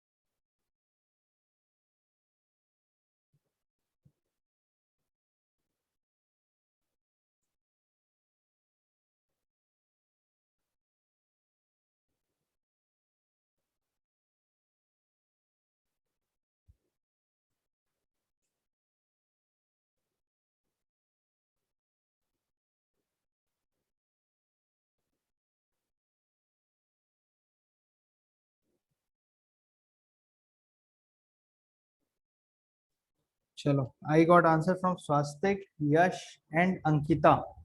और स्वास्तिक, यश और अंकिता तीनों बोलते हैं कि सर आंसर सी होगा, option C will be the answer. तुम्हारा भी भैया आया सी। चलो ठीक है, फिर अब देखिए इसे कैसे करते हैं, स्टार्ट करते हैं। ये बोलता है कि candidates in a competitive exam consisted of 60% main and 40% women. यानी सिंपल सा चीज है, अगेन अगर 100 लोग हैं टोटल इस एग्जाम को देने के लिए, तो उसमें से कितने मेन है, 60 मैन है, और वुमेन कितनी है, 40 वुमेन है। 70% men and 75% women clear the qualifying test, यानी कि क्वालिफाइंग टेस्ट मतलब प्रीलिम्स। ठीक है, प्रीलिम्स कितने लोग क्वालिफाई करते हैं। ठीक है, इसको प्रीलिम्स की जगह पे तुम ऐसे समझ लो वो रिटर्न एग्जाम, रिटर्न कितने लोग क्वालिफाई करते हैं। तो रिटर्न क्वालिफाई कर रहे हैं कितने, 70% मैन जो है वो क्वालिफाई कर रहे हैं, यानी टोटल कितने 60 मैन थे, 60 मैन थे, उसके 70% जो है, 70% ऑफ मैन क्वालिफाई, 70% ऑफ 60 जो है वो क्वालिफाई करते हैं। यानी कितने क्वालिफाई करेंगे, 7 6 42, 42 क्वालिफाई करेंगे।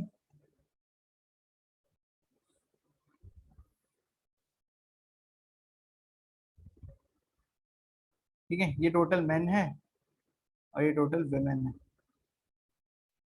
ठीक है, कैसे आया 42, 42 आया 70/100 मल्टीप्लाइड बाय 60,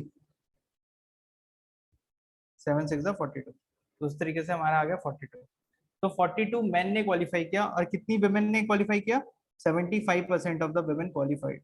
75% ऑफ 40 कितना होता है, 75/100 मल्टीप्लाइड बाय 40।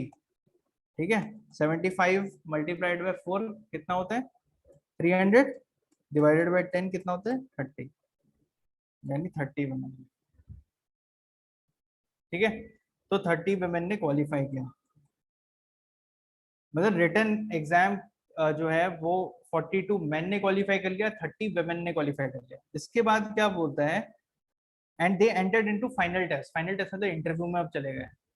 इंटरव्यू में जाने के बाद ये क्या बोलते हैं कि भाई इंटरव्यू में जाने के बाद 80% जो मैन है वो सक्सेसफुल होते हैं इंटरव्यू में जाके 80% मेन सक्सेसफुल होते हैं। 80% ऑफ 42 कितना होता है? सेम 80 बाय, मैं इसको थोड़ा साइड कर देता हूँ, ये जो लिखा है यहाँ पे,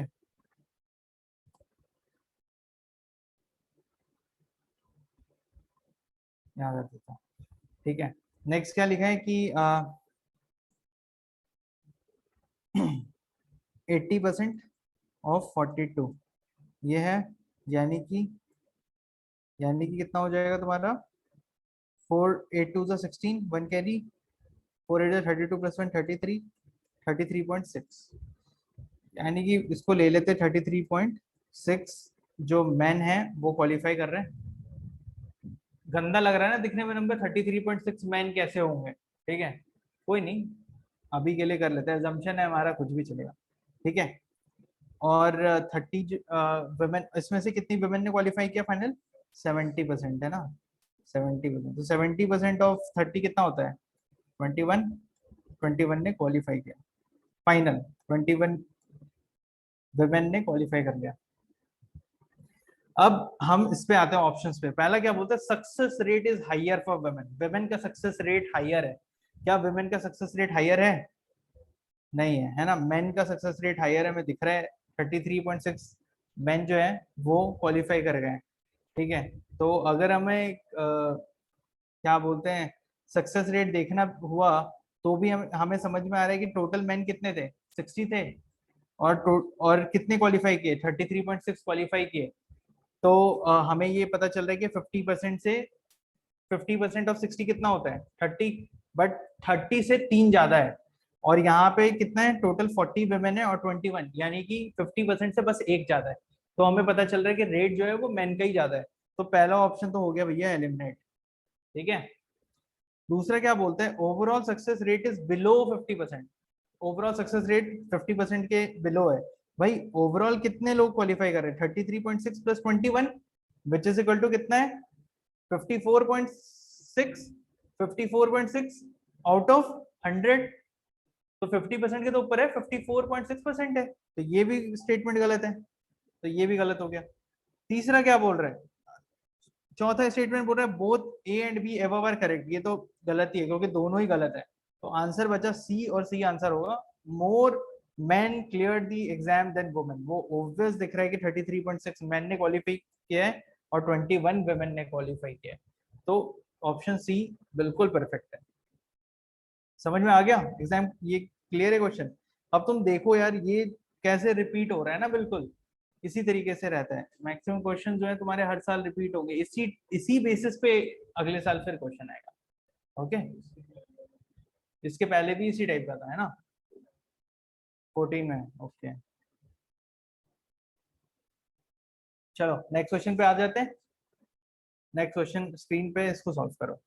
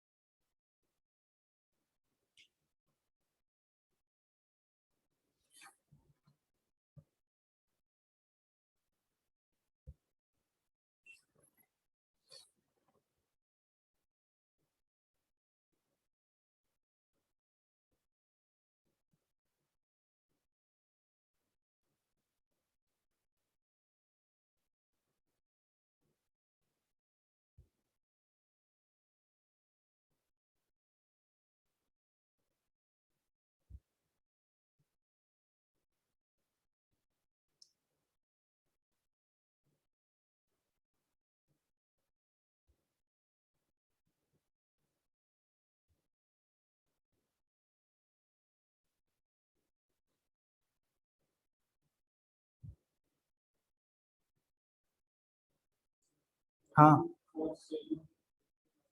हाँ, बेचने लायक। फिट फॉर सेल मतलब बेचने लायक। क्या ये क्या लिखा है यहाँ पे? यहाँ पे लिखा हुआ है कि there there is an order for 19,000 quantity of particular product from a customer, the firm produces 1000 quantity of that product per day, out of which 5% are unfit for sale. तो अनफिट है सेल के लिए, मतलब कि fit नहीं है cell के लिए, तो इसको सेल नहीं कर सकते, वो सेल नहीं हुआ, बर्बाद हो गया, 5% बर्बाद हो रहा है।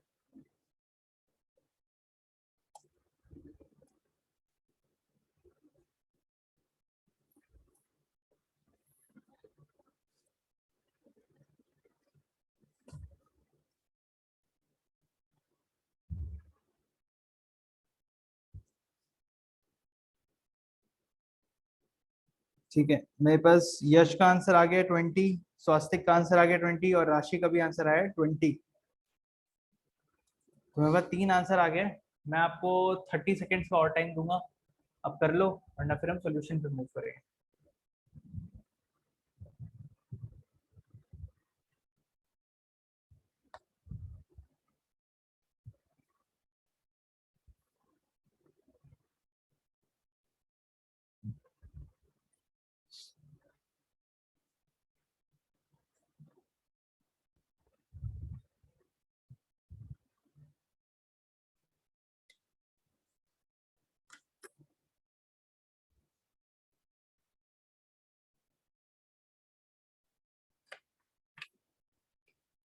आज आपका कोई और भी लेक्चर है क्या इसके बाद? एक ही लेक्चर है?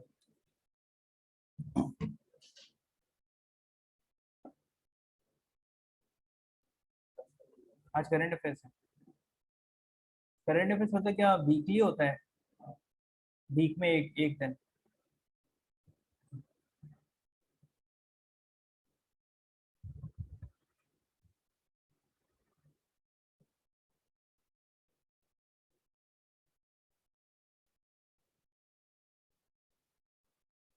हो गया, चलो इस क्वेश्चन को करते हैं। ये क्वेश्चन क्या बोलता है, if there is an order for 19000 quantity of particular product from a customer, एक कस्टमर ने 19000 को ऑर्डर किया हुआ है, ठीक है, वो बोलता है 19,000 मेरे को प्रोडक्ट चाहिए। The firm produces 1000 quantity of that product per day, out of which 5% is unfit for sale. अब ये जो कंपनी है जिसको कि इसने कॉन्ट्रैक्ट दिया, वो 1000 प्रोडक्ट बनाती है। फॉर एग्जाम्पल 19,000 चॉकलेट बनाने का ऑर्डर आया था। ये जो चॉकलेट फैक्ट्री है, ये एक दिन में 1000 चॉकलेट बनाती है, 1000 डेयरी मिल्क बनाती है, ठीक है। लेकिन ये जो 1000 डेयरी मिल्क बनाती है, इसमें से बोल रहे हैं कि 5% अनफिट फॉर सेल होता है। क्यों? क्योंकि वो 5% में ऐसा होता है, कई बार टूट जाता है, बन के आया डेयरी मिल्क टूट गया, तो वो 5% वेस्टेज हो जाता है उनका। 5% अगर वेस्ट होता है, इसका मतलब कितना वेस्ट हो रहा है? 5% ऑफ 1000 इज 50। 5% ऑफ 1050 मतलब 50 बर्बाद होता है, यानी कि 1000 -50 इज इक्वल टू कितना बचा? 950 जो है ये एक दिन में बनाता है। अगर ये 950 पर डे बनाता है, तो 19,000 बनाने में कितना समय लगेगा? सिंपल क्वेश्चन है। अगर 950 वन डे में बनाता है, तो 19,000 का ऑर्डर है ना, 19,000 डेयरी मिल्क का ऑर्डर है, तो 19,000 ये कितने दिन में बनाएगा? यानी कि simple, 19,000 divided by 950 multiplied by 1, जो भी है, ठीक है। इसको हम 5 से कट कर लेते हैं। 5 वन जा 5, 45 बचा। 5 नाइन जा 45। फिर इसको 5 से कट करते हैं। 5 थ्री जा 15, 40, 5 एट जा 40, 380। अब 19 से डायरेक्ट डिवाइड करते हैं। 19 टू जा यानी 20, यानी 20 डेज में ये पूरा का पूरा बना के दे देगा। इजी क्वेश्चन था, बस थोड़ा सा शब्द को समझने की बात थी, और वर्ड को एक बार समझ करके मैनिपुलेट करके उसको मैथ्स के टर्म में डालो, आंसर फटाक से आएगा। बच्चों का सवाल है, बस थोड़ा इन्होंने वर्ड्स को ट्विस्ट कर दिया है यहाँ पे। क्लियर है?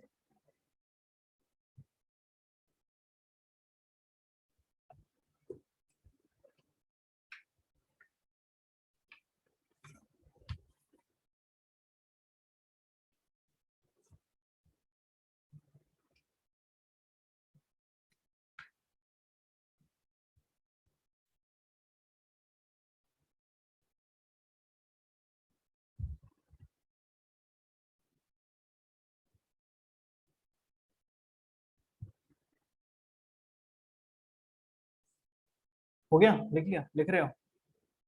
बाकी लोग क्वेश्चन नंबर 10 पे चले जाओ, लास्ट क्वेश्चन है आज का। आज 10 क्वेश्चंस करेंगे, फिर बाकी कल करेंगे।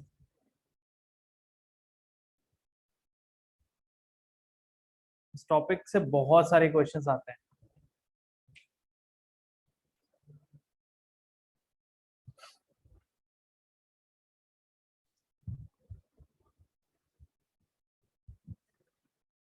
चलो next question is question number 10।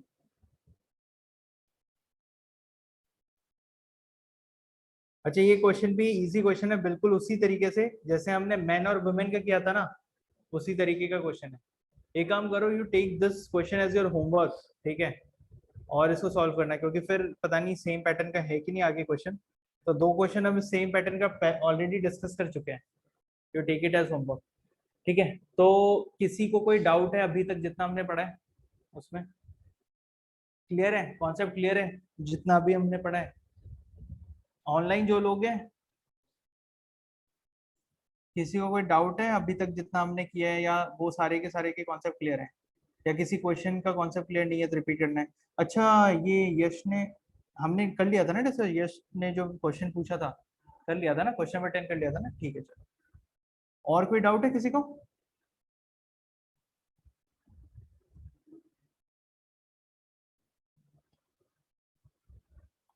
ठीक है, okay, then let's wind up the session for today. कल फिर मिलेंगे सेम परसेंटेज पे, हम डिस्कशन अपना कंटिन्यू करेंगे।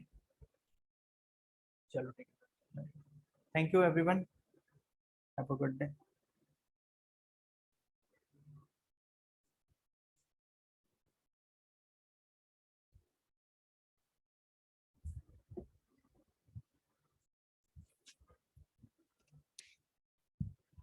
तुम्हें कुछ पूछना नहीं है ना तुम लोग को?